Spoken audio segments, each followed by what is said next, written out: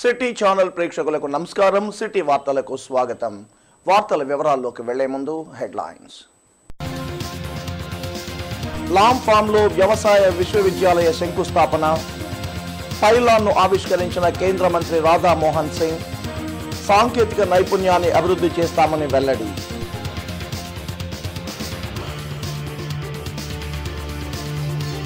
వ్యవసాయ ఆధారిత పరిశ్రమల స్థాపనకు ప్రత్యేక చర్యలు. అర్హత గల ప్రతి రైతుకు రుణమాఫీ. సీఎం చంద్రబాబు వెల్లడి.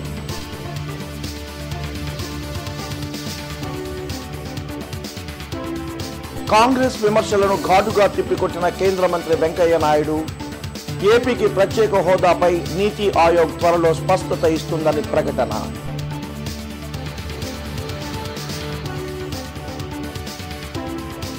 విజయవాడలో ఏపీ కేబినెట్ సమావేశం. రుణమాఫీ, బాక్సైట్ తవ్వకాలపై సుదీర్ఘ చర్చ.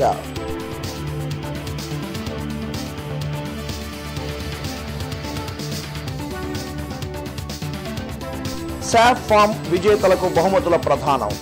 సెట్ టాప్ బాక్సులు బిగించుకొని నాణ్యమైన ప్రసారాలు వీక్షించాలన్న విజయ్ డిజిటల్స్ మేనేజర్. ఇక వార్తల వివరాల్లోకి వెళితే, ఆచార్య ఎన్జీ రంగా వ్యవసాయ విశ్వవిద్యాలయ శంకుస్థాపన కార్యక్రమం కన్నుల పండుగగా జరిగింది.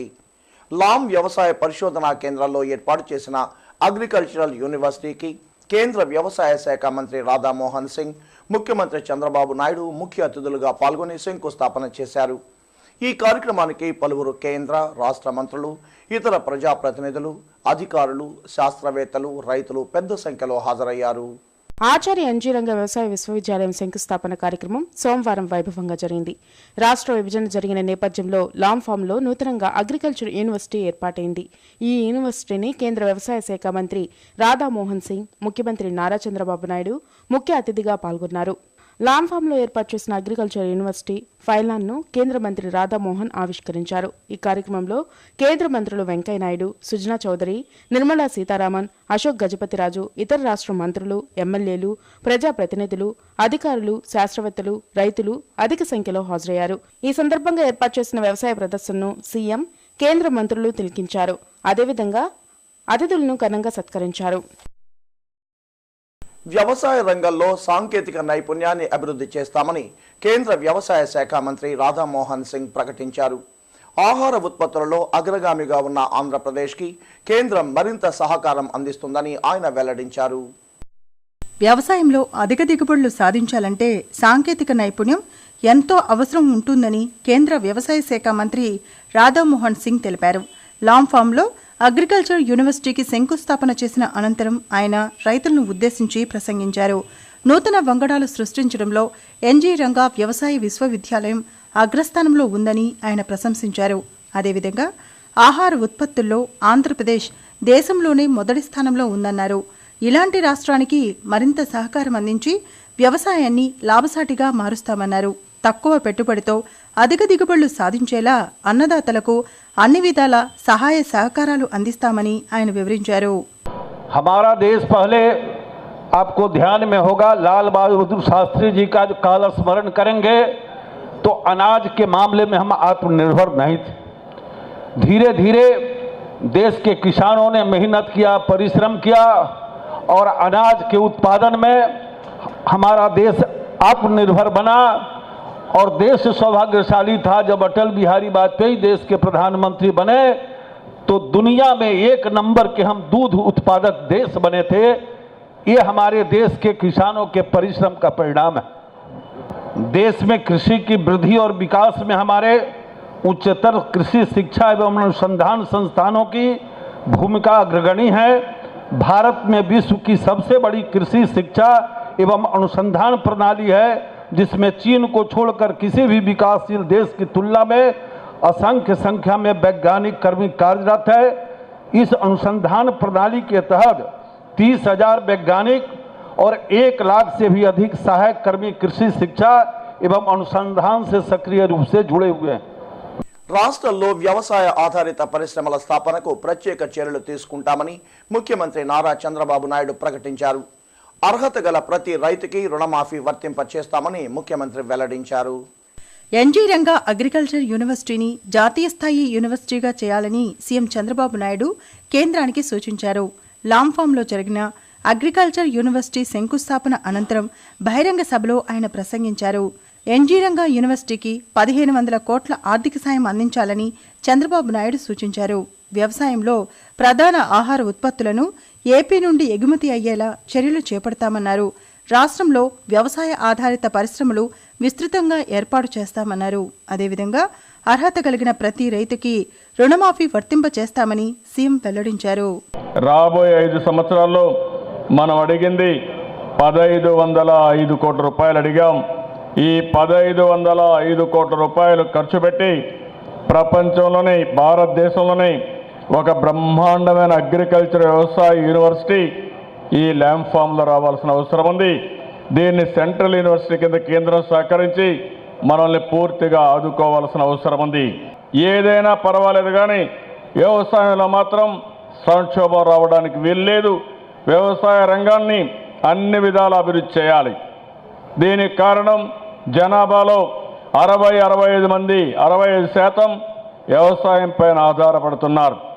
వ్యవసాయం పైన ఆధారపడినప్పుడు వారి జీవితాలు కానీ వారి యొక్క జీవనోపాధి కానీ వ్యవసాయం పైనే ముడిపడి ఉన్నాయి. అందుకే నేను వచ్చిన వెంటనే కొన్ని నిర్ణయాలు తీసుకున్నాం. రైతులకు చాలా ఇబ్బందులు ఉన్నాయి, అప్పుల పాలైపోయారు. అందుకే నేను చేసిన నిర్ణయం మీరు చూస్తే ఎవరైతే రైతులు అప్పు చేశారో కష్టాలున్నా రైతు రుణ విముక్తి చేశాం. 24,000 కోట్ల రూపాయలు ఈరోజు ఇచ్చాం. స్వాతంత్రం వచ్చిన తర్వాత ఏ రాష్ట్రంలోనైనా సరే ఇంత పెద్ద రుణ విముక్తి జరిగిందంటే అది మొదటి రాష్ట్రం ఆంధ్రప్రదేశ్ రాష్ట్రం. చేసింది ఈ ప్రభుత్వం అని చెప్పి కూడా నేను మీ అందరికి విజ్ఞప్తి చేస్తున్నా. ఆంధ్రప్రదేశ్కి ప్రత్యేక హోదాపై నీతి ఆయోగ్ త్వరలో స్పష్టత ఇస్తుందని కేంద్ర మంత్రి వెంకయ్యనాయుడు ప్రకటించారు. ప్రత్యేక హోదా రాని పక్షాల్లో మెరుగైన ప్రత్యేక ప్యాకేజీ వచ్చేలా కృషి చేస్తామని ఆయన తెలిపారు. ఎన్ని చౌకబారు విమర్శలు చేసినా కాంగ్రెస్ పార్టీని ప్రజలు నమ్మే స్థితిలో లేరని వెల్లడించారు. అమరావతి రాజధాని శంకుస్థాపన సందర్భంగా ప్రధాని నరేంద్ర మోడీ మట్టి నీరు తప్ప ఏమీ ఇవ్వలేదని కాంగ్రెస్ పార్టీ చేస్తున్న విమర్శల్ని కేంద్ర ప్రభుత్వం ఘాటుగా తిప్పికొట్టింది. లాంఫామ్లో జరిగిన అగ్రికల్చర్ యూనివర్సిటీ శంకుస్థాపనలో కేంద్ర మంత్రి వెంకయ్యనాయుడు తనదైన శైలిలో కాంగ్రెస్ ని టార్గెట్ చేశారు. గడ్డివాములు తగలబెట్టే సంస్కృతి కాంగ్రెస్దే అని, ఎన్ని చౌకబారు విమర్శలు చేసినా ప్రజలు కాంగ్రెస్ ని నమ్మే స్థితిలో లేరని తెలిపారు. రాష్ట్రంలో నూతనంగా 1,000 కోట్లతో ఏర్పాటు చేయనున్న కేంద్ర సంస్థల వివరాలను ఆయన ప్రకటించారు. శ్రీకాకుళం నుండి సమాంతరంగా అభివృద్ధి చేశామని వెల్లడించారు. కొంతమంది మిత్రులు చెప్తున్నారు, వ్యాఖ్యానిస్తూ ఉన్నారు. ఒక మంత్రిగా, ఒక తెలుగువాడిగా, ఒక పౌరుడిగా నాకు మనసులో చాలా బాధ కలుగుతోంది. ఏమిచ్చారు? అదేదో అంత బట్టి అన్ని నీళ్లు ఇచ్చిపోయారని. వాళ్ళ అమాయకత్వానికి ఏం చేయాలో నాకైతే అర్థం కావడం లేదు. ముందుగా ఐఐటి తిరుపతి 700 కోట్లు మట్టి నీళ్లు, IIM Visakhapatnam, Indian medical institute, Indian management institute Visakhapatnam 680 కోట్లు, ఐఈఎస్ఆర్ తిరుపతి 870 కోట్లు, అలాగే మన యొక్క త్రిపుల్-ఐటీ చిత్తూరు 150 కోట్లు, national institute of technology NIT Tadepalli Gudem 300 కోట్లు, అలాగే మన యొక్క school of planning and architecture Vijayawada అంతకుముందు పునాదిరాయి వేసి ఉన్నారు, సమాధిరాయిగా మారిపోయి ఉండింది. ఏపీకి ప్రత్యేక హోదాపై నీతి ఆయోగ్ త్వరలో ప్రకటన చేస్తుందని వెంకయ్యనాయుడు ప్రకటించారు. ప్రత్యేక హోదా రాని సందర్భంలో మెరుగైన ప్రత్యేక ప్యాకేజీ వచ్చేలా కృషి చేస్తామన్నారు. రాష్ట్రంలో చంద్రబాబు, కేంద్రంలో నరేంద్ర మోడీ జోడీతో 2024 వరకు ప్రభుత్వాలు అధికారంలో ఉంటాయని ఆయన తెలిపారు. నరేంద్ర మోడీ ప్రభుత్వం 2019 వరకు ఉంటుంది, 2024 వరకు కూడా ఉంటుందని సందర్భంగా మీ అందరికీ మనం చేస్తున్నా. మోడీ మనం కేంద్రంతో రాష్ట్రం కేంద్రం కలిసి ఉండాలా. వాళ్ళ ఉద్దేశం ఏంటంటే వీళ్ళు బయటకు వస్తే వాళ్ళు వద్దామని. అర్థం చేసుకోండి, వీళ్ళు బయటకు వస్తే వాళ్ళు వద్దామని పాపం లోపల. కానీ ప్రజలు తెలుగుదేశానికి బీజేపీ కలిపి మన ఎన్నికల్లో సంయుక్తంగా తీర్పిచ్చారు. మోడీ బాబు జోడీ ఇది దేశానికి రాష్ట్రానికి మేలని చెప్పని అందరూ కూడా అనుకున్నారు. అందుకని వాళ్ళు ఆశీర్వదించారు. దాని ప్రకారం మనం కేంద్రంతో మంచిగా ఉండి ప్రాజెక్టు సాధించుకోవాలా. ఇప్పుడు చూడండి, ఇందాక చదివిపించాను, ప్రతి నెలకు ఒక ప్రాజెక్టు వస్తుంది. కార్తీక సోమవారం సందర్భంగా జిల్లాలోని ప్రసిద్ధ శైవ క్షేత్రాలతో పాటు నగరంలోని శివాలయాలు భక్తులతో కిటకిటలాడాయి. కార్తీక దీపాలు వెలిగించిన భక్తులు ప్రత్యేక పూజలు నిర్వహించారు. సూర్యలంక బీచ్లో వివిధ ప్రాంతాల నుంచి వచ్చిన భక్తులు కార్తీక స్నానాలు ఆచరించారు.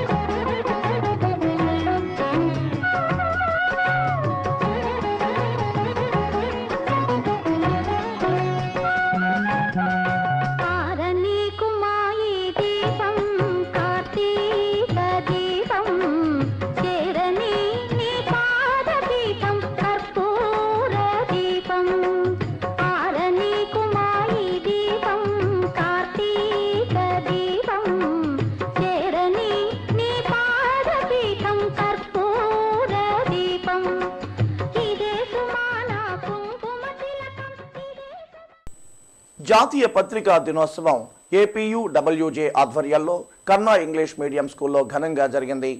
సమాజ అభివృద్ధిలో జర్నలిస్టుల పాత్ర కీలకమని కన్నా విద్యా సంస్థల డైరెక్టర్ కన్నా మాస్టారు పేర్కొన్నారు. భారతదేశంలో press council of India 1966 November 16న స్థాపించబడిందని కన్నా విద్యా సంస్థల డైరెక్టర్ కన్నా మాస్టారు అన్నారు. జాతీయ పత్రికా దినోత్సవం సందర్భంగా జరిగిన సమావేశంలో ఆయన మాట్లాడారు. అధికారంలో ఉన్న వ్యక్తులు, వ్యవస్థల వలన ప్రభావితం కాకుండా శక్తివంతమైన ప్రసార మాధ్యమంగా అత్యున్నత ప్రమాణాలను పాటించే విధంగా మన దేశంలో ప్రెస్ కౌన్సిల్ ఆఫ్ ఇండియా ఏర్పడిందన్నారు. ఈ రోజున ప్రజాస్వామ్యాన్ని రక్షించేది, పోషించేది, పెద్ద చేసేది మీడియానే. మీడియా లేకపోతే ఎంత భయంగా మనం జీవించాలి. ఒక నిజాయితీపరుడు కాపాడబడాలన్నా, ఒక అవినీతిపరుడు ఎండగట్టబడాలన్నా, ఈ సమాజంలో ఉన్న పుళ్ళుని కడగాలన్నా ఈ ప్రెస్ వాళ్ళే చేయాలి. కానీ దురదృష్టం ఏంటంటే ఈ ప్రెస్ వాళ్ళకు కూడా రక్షణ కల్పించాల్సిన బాధ్యత ప్రభుత్వం తీసుకోవటం లేదు అని తీసుకోవాలని నేను కోరుకుంటున్నాను. ఎందుకంటే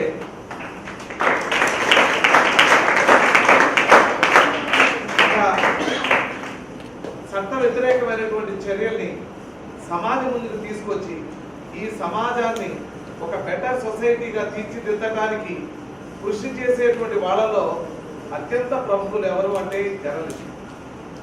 మనందరికీ బాగా వర్షం వస్తే నిద్రపోవడం, లేకపోతే ఇంట్లో ఉండి టీవీ చూడటం మనంతా తెలవదు. కానీ రోడ్డు మీదకి వెళ్ళి ఆ వర్షంలో, వరదలో అక్కడ ఉన్నటువంటి విశేషాలని వర్షంలో తడుస్తూ చెప్పాల్సిన వాడే. ఓ పక్క కార్యక్రమంలో ఏపీయూడబ్ల్యూజే రాష్ట్ర కార్యదర్శి కెవి భాస్కర్ రెడ్డి, జిల్లా అధ్యక్షులు పి భక్తవత్సలం, ఉపాధ్యక్షులు వై శివ, నగర ఉపాధ్యక్షులు మురళి తదితరులు పాల్గొన్నారు.